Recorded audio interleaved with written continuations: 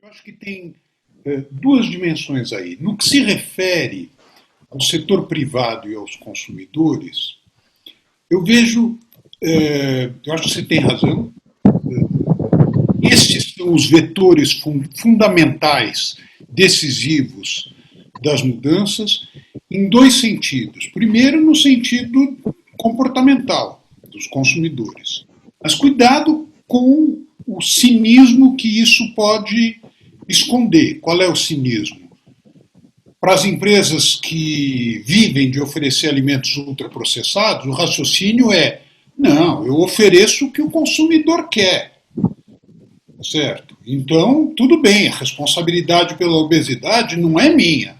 A responsabilidade pela obesidade é do consumidor que não faz esporte. Eu até construo quadras de esporte nas comunidades para as pessoas fazerem mais esporte e continuarem tomando refrigerante, que são um dos grandes vetores. Isso que eu estou falando não é ficção, isso aí é discurso real. Então tem essa dimensão. E tem uma dimensão que me parece mais importante ainda, que é: nós temos que abrir a caixa preta do que é empresa. É muito engraçado, os economistas, eu hoje estou para provocar o Otávio, os economistas, a economia como disciplina, supõe o mercado, mas a economia como disciplina não estuda mercados. O estudo dos mercados é feito por alguns segmentos da ciência econômica, por exemplo, parte da economia institucional, e por alguns segmentos da sociologia da vida econômica, cuja expressão mais importante nos Estados Unidos é Mark Granovetter, mas também tem expressões europeias, aqui também entre nós. Tal. A economia supõe mercados, a economia não estuda mercados. A hora que você abre a caixa preta das empresas, o que você encontra é pressão social, em última análise. Isso é muito importante para a gente não partir da premissa, que é uma premissa aparentemente atraente, que é uma premissa atraente, mas que pode ser muito enganosa, que é: a empresa visa lucro. Não é assim que funciona. A empresa visa lucro, mas ela tem que estar muito atenta, e quem está na direção de empresa sabe disso, ao que é a demanda social, inclusive ao que é a legitimidade, a autorização, a licença para operar das empresas, que vem de um consenso social, de um contrato social. Esse ambiente institucional no qual a empresa está inserida e que determina o que ela faz, é que eu acho que está mudando de maneira muito promissora. Primeiro, essa é a primeira observação. A segunda observação se refere ao Estado. Por mais que o vetor fundamental sejam as empresas, os consumidores, o Estado tem um papel fundamental. Por quê? Porque cabe ao Estado garantir o tipo de infraestrutura que vai moldar o processo de crescimento econômico. Há uma organização, o New Climate Economy, que vem trabalhando desde 2014, e um relatório deles muito importante de 2014 diz o seguinte: o mundo, nos próximos 30 anos, isso era 2014, vai investir 90 trilhões em infraestrutura. Dependendo de que infraestrutura for essa, nós teremos ou nós não teremos crescimento compatível com os limites ecossistêmicos que a natureza nos impõe. Se a infraestrutura construída for no sentido de mais automóveis, mais posto de gasolina, mais alimentos ultraprocessados, etc., etc., ferrou. Na Amazônia, por exemplo, qual é a infraestrutura que nós precisamos? Nós precisamos de mais estradas? Ou nós precisamos de conexão de alta velocidade? Nós precisamos de saúde? Nós precisamos de universidades para fazer mais pesquisa, etc.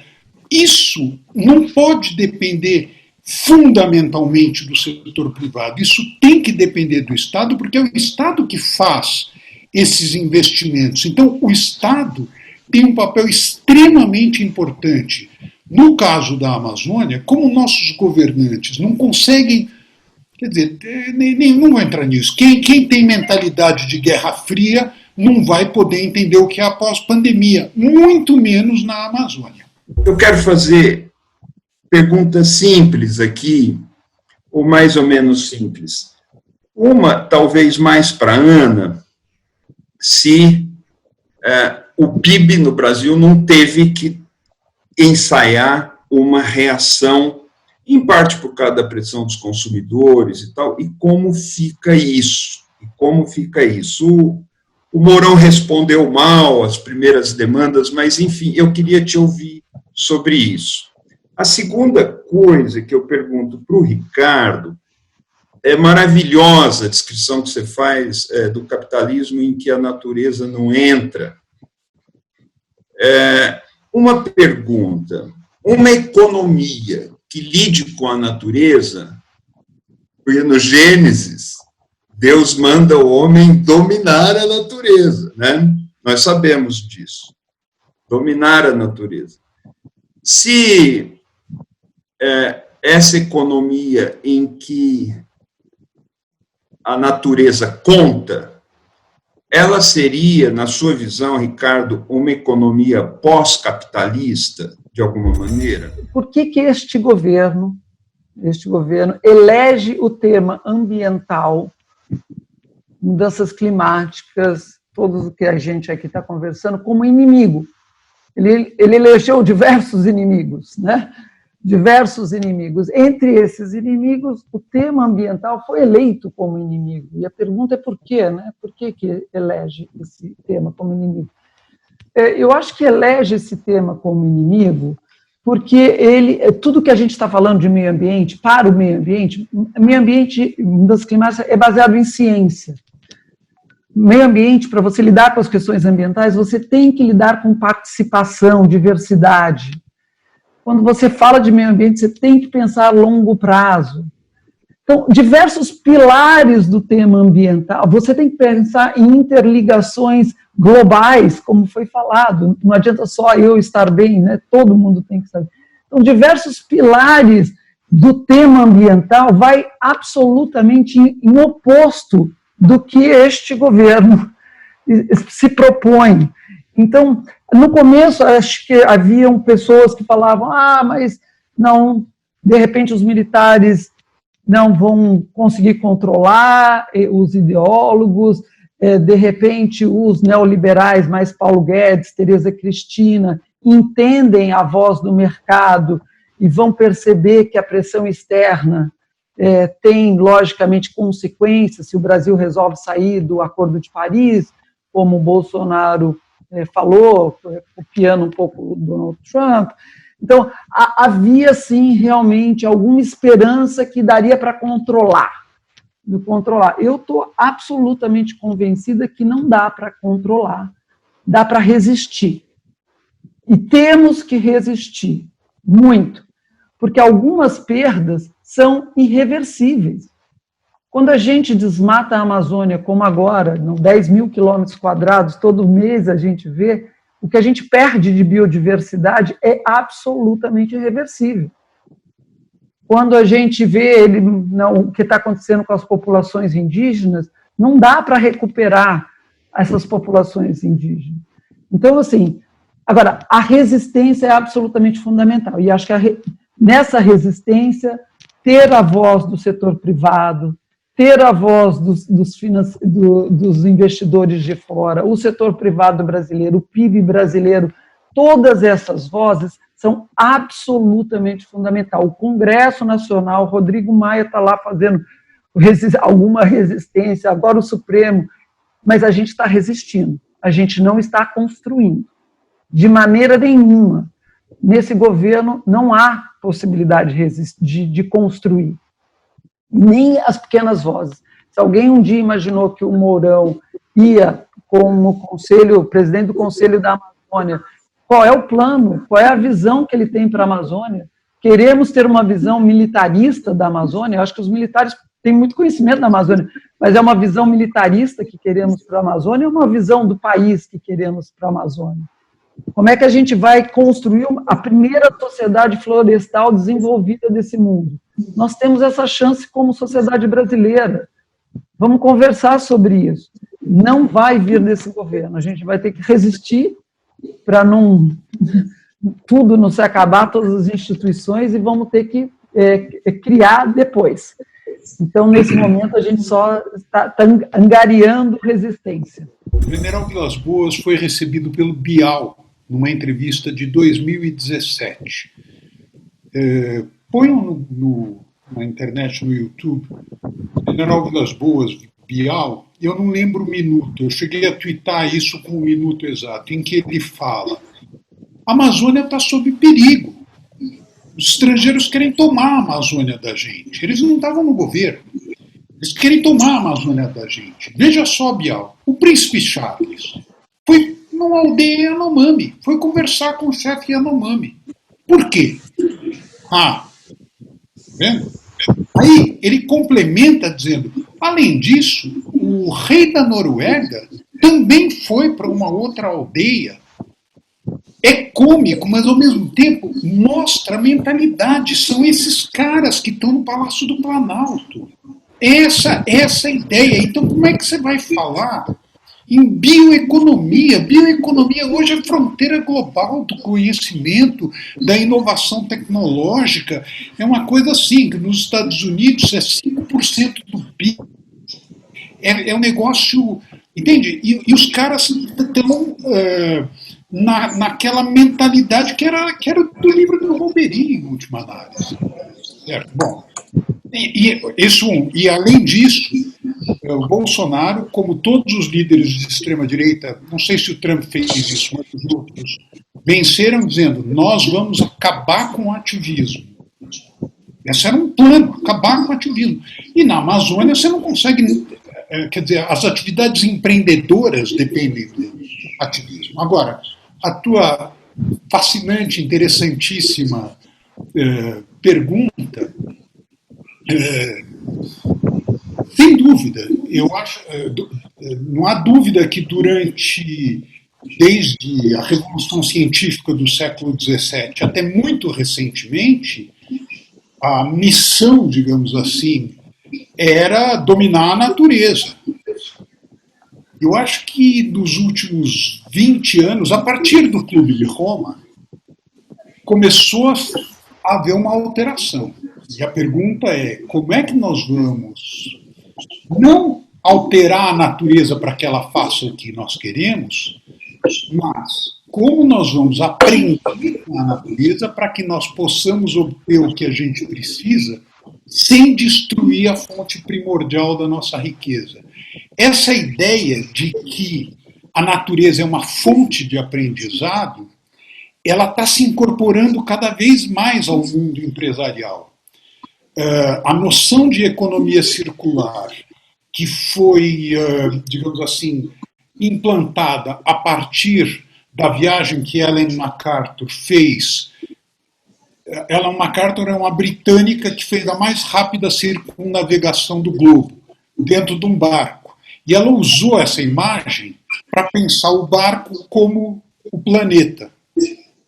Por quê? Porque ela não podia parar. E ela só podia contar com os recursos que estavam dentro do barco. Quando ela chegou da viagem, ela procurou a McKinsey, procurou uma série de empresas, etc., e formulou a ideia de economia circular junto com uma série de consultores. A economia circular hoje está incorporada aos programas da União Europeia, ao programa do Partido Comunista Chinês. É impressionante, a China hoje é uma sociedade que se pauta, que pretende se pautar por economia circular. No meio empresarial global, a economia circular tem um peso imenso. Então, essa questão filosófica fascinante está no mundo empresarial como ela nunca esteve. Saber se o capitalismo vai ser ou não compatível com isso, eu acho que sim. Quer dizer, Se o capitalismo for compatível com. Se for para sobreviver, vai ter que sobreviver um pouco sobre essa base. Para mim, mais importante do que saber se o capitalismo é ou não compatível com isso, é o fato de que essa reflexão deu origem a um movimento social e hoje tem uma influência no meio empresarial que 5 anos atrás a gente não poderia imaginar que isso pudesse acontecer. Uma preocupação, até por causa da área que eu venho, que é da área da saúde, que tem a ver com indicadores. E a gente sabe que há uma série de indicadores, o Ricardo, inclusive, fez algumas críticas na fala inicial, que, por exemplo, o PNB mede alguma coisa, mas tem muita coisa que não mede. Né? E uma preocupação que eu tenho é o seguinte: se eu me volto para a questão do trabalho, depois entrando mais na discussão da sustentabilidade, há algo que a gente não consegue medir, faz parte do incomensurável e muitas vezes faz parte do imaterial. Então, se a gente sai do modelo industrial para um modelo de serviço, a ideia da produção de bens, de quanto mais eu produzo, mais eu ganho, eu acho que ela acaba se tornando incompatível com qualquer noção de sustentabilidade, até por causa dos recursos. Né? Então, assim, de que modo a gente agrega mais serviços à produção de bens, para, inclusive, necessitar menos para as próprias empresas de viverem da obsolescência, inclusive programada, para poder obter seus lucros e seus ganhos. Então, acho que essa é uma questão assim, que eu acho super importante, até porque quando eu penso no modelo de produção, onde a unidade de produtividade é um trabalho, mas é um trabalho que muitas vezes não faz o menor sentido para quem está trabalhando, eu estou causando uma série de externalidades negativas, né? Tanto em termos de saúde pública, como impossibilidade de desenvolvimento, que a gente poderia chamar de impedimento ao desenvolvimento, que é um dano existencial, e tudo isso não é medido.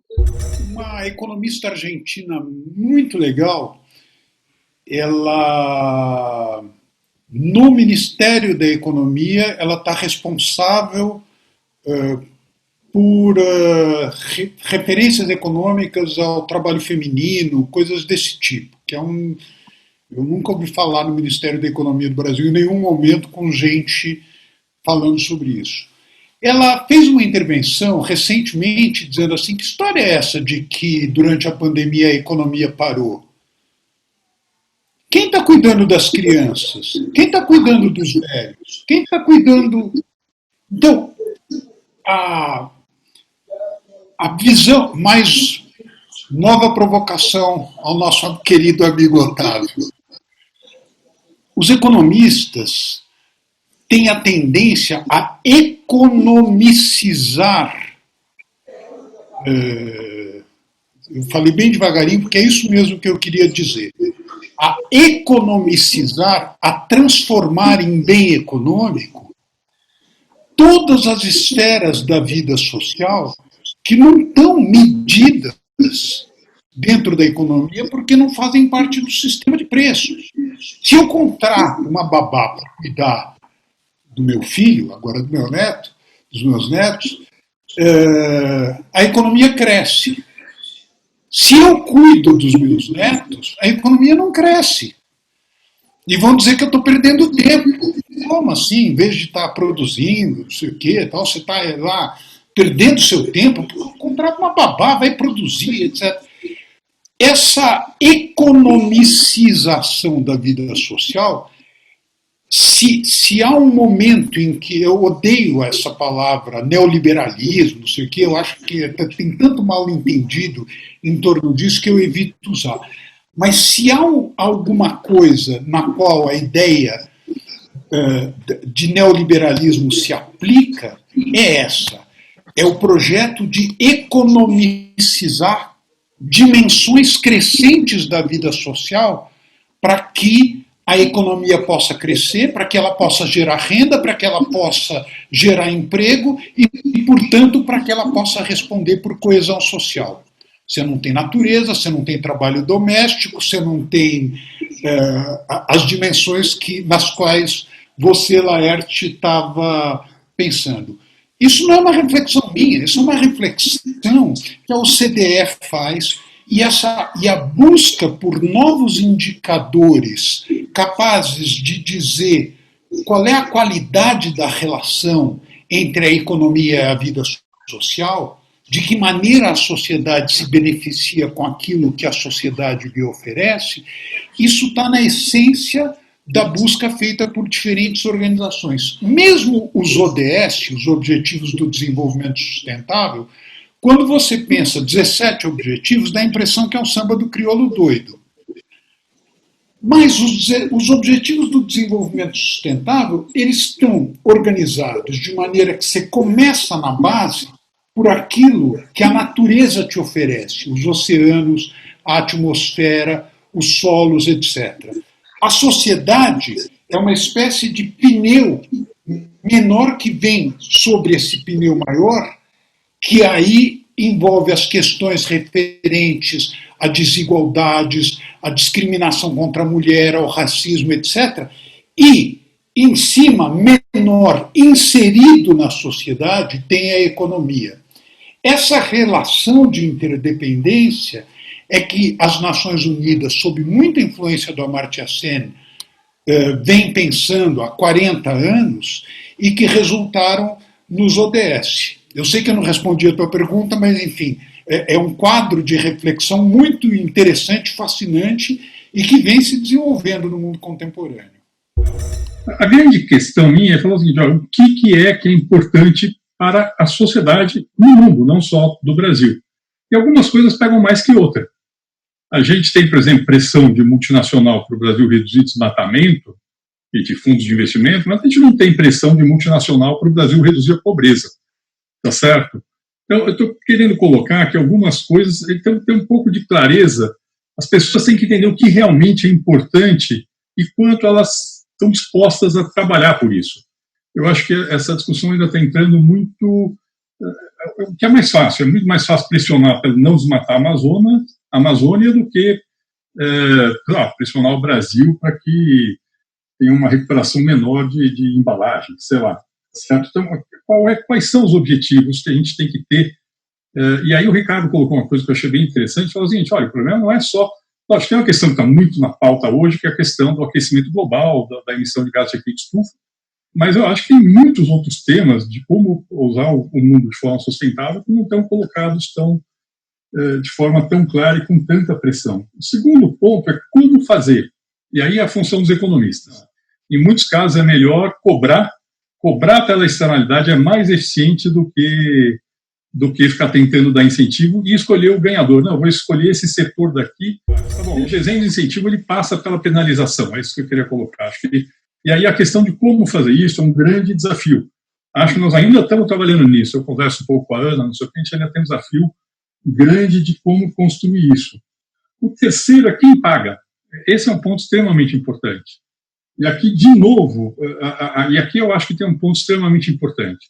Num país pobre como o Brasil, é muito difícil chegar para a pessoa mais pobre e falar: não, olha, só reduzir um pouco sua qualidade de vida para a gente poder agora fazer, sei lá, agricultura orgânica e usar menos defensivo agrícola. Estou dando um exemplo aqui, posso estar errado, certo? Mas, e desse ponto de vista, eu acho que a questão de integração disso com o crescimento é importante. É o crescimento com distribuição e o crescimento com a melhora, o uso sustentável dos recursos naturais. Eu acho que esse é o grande desafio, porque sem crescimento a equação fica muito mais difícil de fechar. Por isso que é mais fácil para a China incorporar essas questões no programa dela do que é um país que cresce bastante, do que é um Brasil, que é um país que não cresce nada. E aí eu acho que é importante a gente entender que a equação tem que envolver também a questão do crescimento, a questão da competitividade, que passa pelo crescimento, e no fundo quem paga fica mais fácil de resolver, tá certo? E aí, de novo, o quem paga, para mim, tem algumas coisas que pagam mais, outras menos. As pessoas da Europa aceitam pagar mais para consumir um produto orgânico ou um produto que foi feito com baixo carbono, mas eu não vejo as pessoas da Europa botando um monte de dinheiro para poder reduzir a pobreza na África, tá certo? A melhorar a distribuição de renda no resto do mundo. E aí, eu acho que alguns temas pegam mais do que outros. O aquecimento global pega mais do que outros temas dentro dessa discussão. Para um dado padrão de consumo, quanto maior a população, maior é o uso de recursos naturais que você vai ter. Esse não é um tema. Deveria ou não deveria ser um tema? Essa é uma pergunta que eu coloco. Bom, Bernardo, você é parceiraço a esses debates, a gente está tendo, não de agora. O Bernardo, comigo e com outros, iniciou uma nova organização, chama Instituto Escolhas, que era exatamente trazer ambientalistas e economistas para trabalhar muitos desses temas, e o Bernardo tem sido fantástico em ajudar nessa conversa entre economistas e ambientalistas. E como você bem sabe, todas as perguntas que você colocou são as perguntas que a gente precisa responder, Bernardo. E estamos tentando e querendo mais, a gente quer muito. O Bernardo tem feito uma contribuição incrível para essa área. Realmente incrível, acabou de fazer aí um relatório maravilhoso sobre o imposto rural, qual é a contribuição que tem, não tem, o CID. Então, ele já está fazendo uma contribuição muito grande, mas só que a gente precisa de mais economistas. A gente precisa de muito mais economistas olhando esta matéria e tentando ajudar a construir, porque não vai sair do nada, vamos precisar de todos vocês, economistas que estão aqui, para nos ajudar. Acho que você traz essa pergunta muito boa, né? E o tema da população. Esse tema da população, que era um tema absolutamente quente, né? Na década de 90, porque se falava, ou se fala de ambientalismo, ou se fala de população, haviam programas de esterilização de mulheres, até por causa de questões ambientais, assim, coisas absolutamente horrorosas. Eu acho que o tema de população, sim, é um tema, mas ele ficou tão afetado por coisas horrorosas que aconteceram no passado, que hoje em dia tem muito pouco espaço político para se conversar sobre isso. E essa é a verdade. Tem realmente muito pouco espaço político para se conversar sobre isso. Eu acho que antes de falar sobre o tema de população, tem muitos outros temas sobre sustentabilidade, sobre economia e meio ambiente que a gente deveria atacar e deixar o tema de população guardadinho lá para o futuro, depois de outras perguntas terem sido respondidas. Duas observações. Primeira é que mesmo os economistas que se voltaram ao tema da prosperidade sem crescimento, como Tim Jackson, eles dizem, olha, nos países em desenvolvimento a coisa não é bem assim, tem que crescer. E a reflexão que eles fazem sobre esse tem que crescer, eu acho que é muito pobre. Eu acho que nós temos um desafio, de fazer essa reflexão. O que está acontecendo? Os economistas brasileiros estão se concentrando sobre as condições macroeconômicas e os incentivos microeconômicos que vão propiciar o desenvolvimento, que vão propiciar o crescimento econômico, mas a nossa discussão sobre qual a qualidade do nosso crescimento, o que a vida econômica vai oferecer para a sociedade, está muito pobre, a tal ponto que a indústria automobilística brasileira conseguiu adiar o cumprimento de obrigações ambientais que já estão ultrapassadas no que se refere ao ônibus. Toda a questão da poluição vinda do diesel está sendo adiada, etc. Essa é uma discussão que nós temos que fazer. É claro que o Brasil tem que crescer. Não é que tem que crescer porque qualquer economia tem que crescer. Tem que crescer porque precisa de mais escola, porque precisa de mais saúde, porque precisa de bens e serviços sem os quais a vida social não pode acontecer.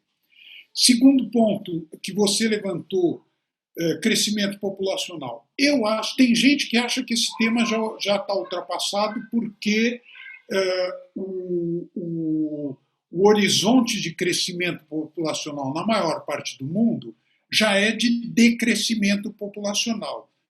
Ok, só que nos países mais pobres do mundo, ao contrário, o horizonte ainda é de crescimento populacional muito forte. É dos países mais pobres do mundo que virá o contingente que vai fazer com que a gente passe de 7 bilhões e 800 milhões de pessoas, talvez para 11 bilhões ao final do século. E qual é a raiz desse crescimento populacional tão assustador? Chama-se emancipação feminina.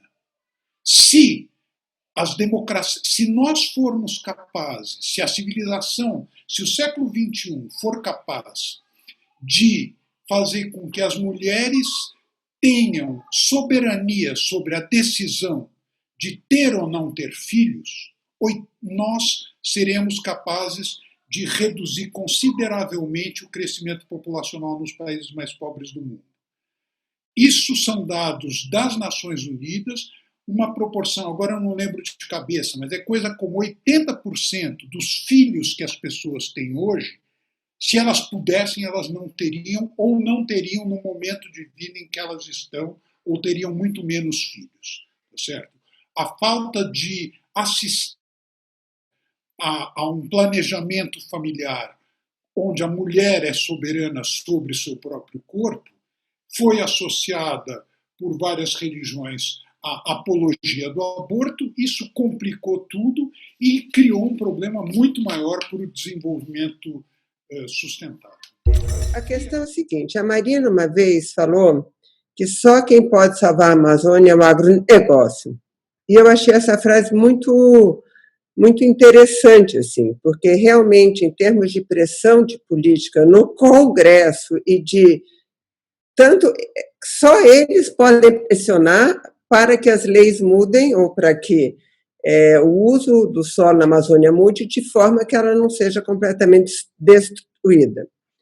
Tem isso. Por outro lado, por essa questão da militância, que eu acabo entrando tanto em grupos de artistas do 342, que tem uma questão de fazer campanhas muito fortes contra o agronegócio, em geral, né? E como, por outro lado, estou assisti a alguns encontros da coalizão, a minha questão é o seguinte, será que a gente tem tempo para salvar a Amazônia de mudar os hábitos? Quer dizer, ter a mudança dos hábitos para, então, salvar a Amazônia, ou vai se ter que negociar com o agronegócio e não torná-lo... porque, na verdade, Ricardo, é isso que você falou, quer dizer, a gente... a lógica vai ter que ser outra, não são mais as commodities, a pecuária, isso tudo. Mas a gente não pode abrir mão desses aliados agora. Eu queria te falar que você sim é uma ambientalista, assim, raiz. Você talvez não se te chamasse desta maneira, mas você com certeza é. E ativista também, né? O agronegócio, primeiro a gente fala do agronegócio como se fosse algo monolítico, assim. O agronegócio, como se todos... Não, quem produz alimento no Brasil são os mesmos, né? Os grandes são os mesmos. Eu ao contrário, percebo que tem o pessoal da Baga ali, o Marcelo e outros que a gente tem um diálogo muito fluido com eles ali na coalizão, tem bastante, né? Tem gente no agronegócio que totalmente absorveu esse tema, sabe que a gente não precisa derrubar mais nenhuma floresta para continuarmos produzindo para o mundo. Agora, a maioria desses estão ligados ao mercado externo. A maioria desses está ligado à pressão externa que veio, aprenderam com as demandas externas, com os consumidores externos, e, infelizmente, aonde tem mais desmatamento hoje, a maioria do desmatamento acontece com o mercado interno.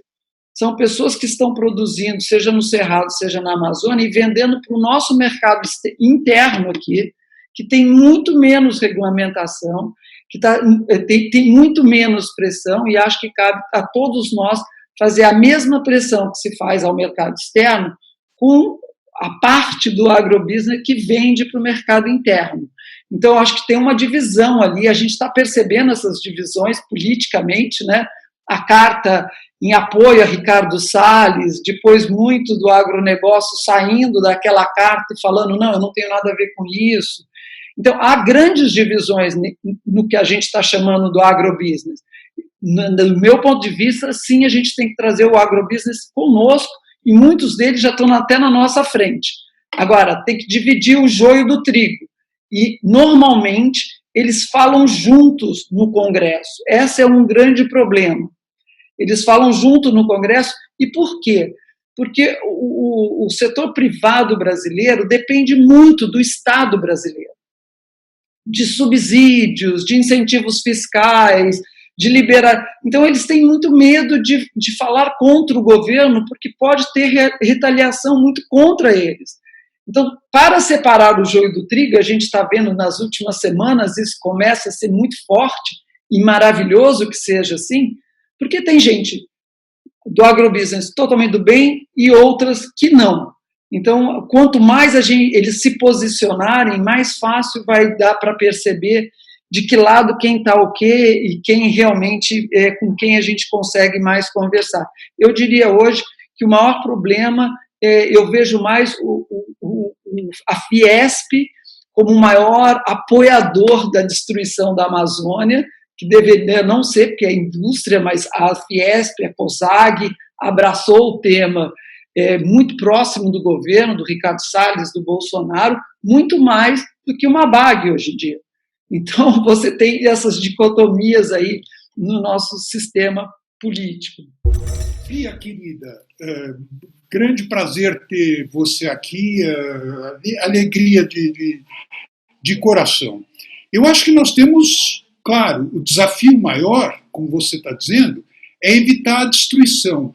Mas eu cada vez me convenço que nessas questões a gente tem que se comportar que nem o coelho da Alice. Como é que eu saio daqui? Depende para onde você quer ir. Se você disser, não, eu só quero evitar a destruição, tudo bem, isso é importante, mas é muito importante ter uma ambição com relação à Amazônia. E eu acho que a ambição com relação à Amazônia, ela tem que ser, claro, evitar a destruição,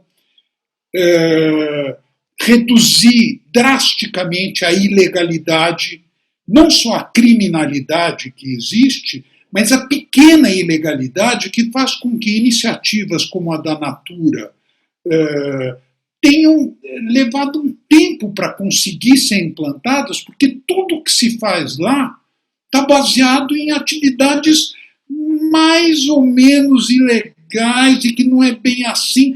Aí, quando chega uma empresa que diz, não, eu topo fazer as coisas, mas eu topo fazer on the book, você não tem cultura de fazer on the book. Então, é um trabalho dificílimo. Mas, além disso, como nós temos a maior biodiversidade do planeta e como a bioeconomia é fronteira global do conhecimento, a bioeconomia contemporânea, esse artigo que eu publiquei essa semana no Valor, é impressionante quando eu me dei conta disso. Na literatura sobre bioeconomia não tem floresta tropical. É um negócio impressionante. Quer dizer, a bioeconomia contemporânea são culturas plantadas para fazer biomassa para substituir fósseis ou construir alguns materiais. Agora, toda a quimiodiversidade, todas as moléculas da biodiversidade, isso nós temos que ser capazes de aproveitar. E claro que existe Marcelo Brito, da Agropalma, representa um segmento do agronegócio que está tentando fazer coisas muito sérias com relação à Amazônia. Eu não vou retomar o que a Ana falou e com o qual eu concordo, mas ciência para a Amazônia é absolutamente indispensável. Historicamente, vocês sabem do compromisso da Natura com o tema da sustentabilidade e tentando, de forma muito humilde, eu diria até, iniciar pilotos e ter iniciativas na direção de colocar a sustentabilidade em primeiro plano, de combater os efeitos climáticos, enfim. E aí a gente tem feito experiências tanto na área científica, na Amazônia, buscando entender melhor o que é aquela riqueza que está lá, que todos nós brasileiros nos orgulhamos, mas, ao mesmo tempo, não conseguimos ainda criar um modelo, uma precificação aceita numa nova economia, na bioeconomia, como o Ricardo tem explorado tanto. Nós também tentamos e estamos fazendo organização de cadeias produtivas na região para melhorar a economia local, trabalhando muito com a diversidade e aprendendo também muito com a cultura local. Mas eu queria fazer uma reflexão com vocês, é que eu acho que a solução para esses desafios que a gente antevê, dos desafios climáticos, a própria desigualdade que o Beca falou, acho que são temas relevantes, mas que passam necessariamente pelo mundo empresarial. Acho que o mundo empresarial tem um papel crescente nessa equação. Falta ainda, sim, coordenação global, falta mecanismos multilaterais que possam nos criar um alinhamento de incentivos, e incentivos aqui não no sentido do incentivo tributário, mas os incentivos econômicos efetivos para que o mundo empresarial se engaje de uma maneira mais definitiva nesses temas. Por outro lado, eu acho que existe uma crítica exacerbada ao capitalismo e à globalização.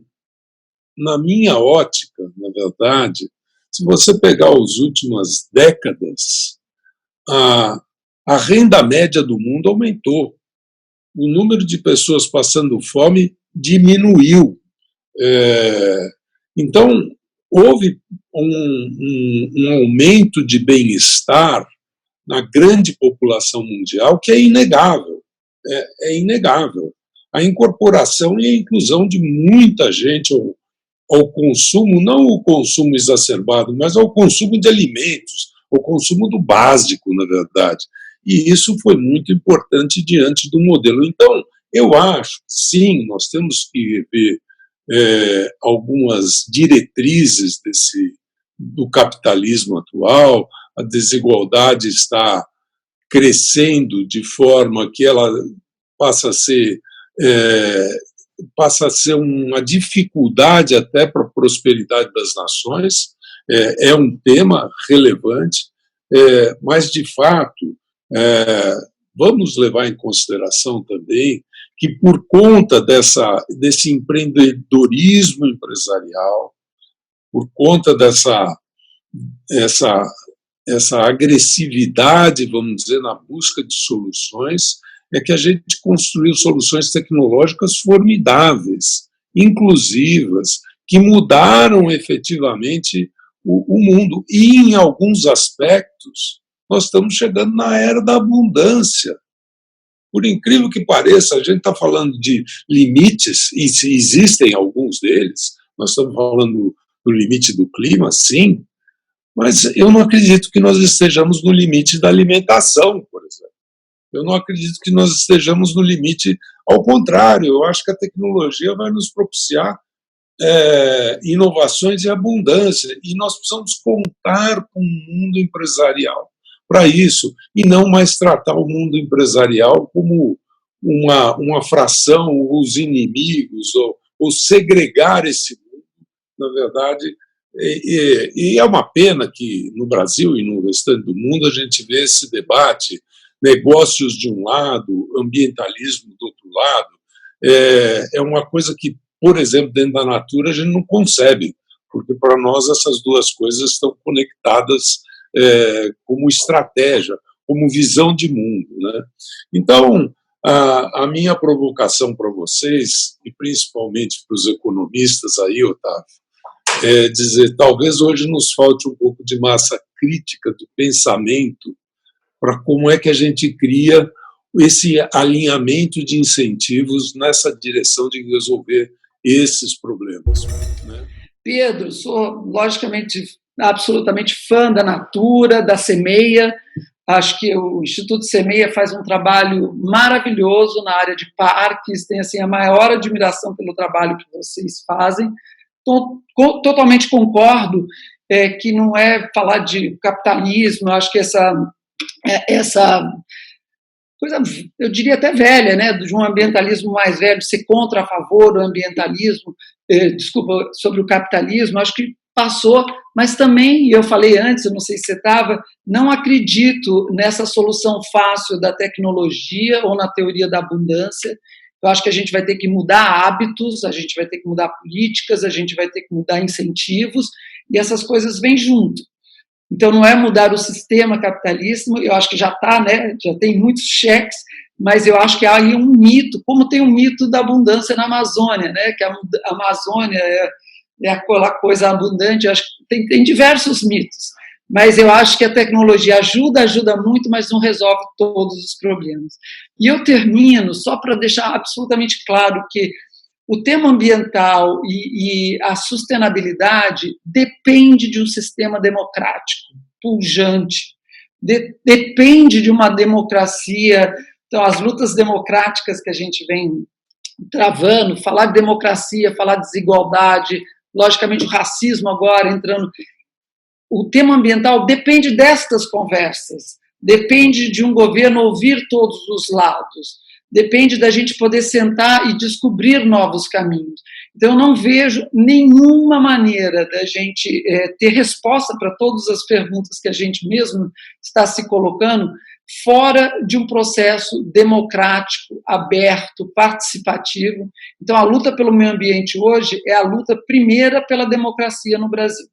E é aqui que a gente se posiciona. Pedro, grande prazer ter você aqui. Duas observações só com relação a capitalismo. Em primeiro lugar, eu não conheço nenhuma força social importante hoje no mundo, minimamente significativa, que tenha alguma proposta que seja verdadeiramente anticapitalista. Certo? Eu tenho uma retórica anticapitalista, etc. Agora, a ideia anticapitalista que consiste basicamente em propor a estatização dos grandes meios de produção e troca e a substituição da lógica do incentivo individual do lucro por uma lógica estatal voltada ao planejamento, ao bem-estar, etc. Essa ideia foi definitivamente sepultada em 1989 e não vai mais despertar. Então, essa história de anticapitalismo não existe neste sentido. O que existe, sim, são críticas muito sérias ao sistema capitalista contemporâneo, no sentido da desigualdade, mas num outro sentido, estruturalmente, talvez mais difícil de se combater, que é a concentração. E essa concentração, hoje você tem toda uma escola de pensamento sobre concorrência nas escolas de direito dos Estados Unidos, voltados para repensar o que é a concorrência no mundo contemporâneo, inclusive no mundo digital. Um mundo digital que está nos prestando serviços extraordinários, acabou de prestar ao Brasil um serviço extraordinário essa semana, com o que fez o Facebook, mas o mundo digital representa uma concentração de poder, de conhecimento, que não é compatível com a ideia de livre iniciativa. Isso quem está dizendo não sou eu, isso quem está dizendo é uma escola de pensamento dos chamados neobrandesianos, do velho juiz Brandeis. O Eugênio conhece isso por ter estudado direito, e essa escola está ganhando muita força nos Estados Unidos por um grupo de jovens advogados que não tem nada de anticapitalistas, mas que estão vendo o quanto a concentração do capitalismo contemporâneo está sendo prejudicial ao empreendedorismo e está estimulando coisas que não são boas para a vida social.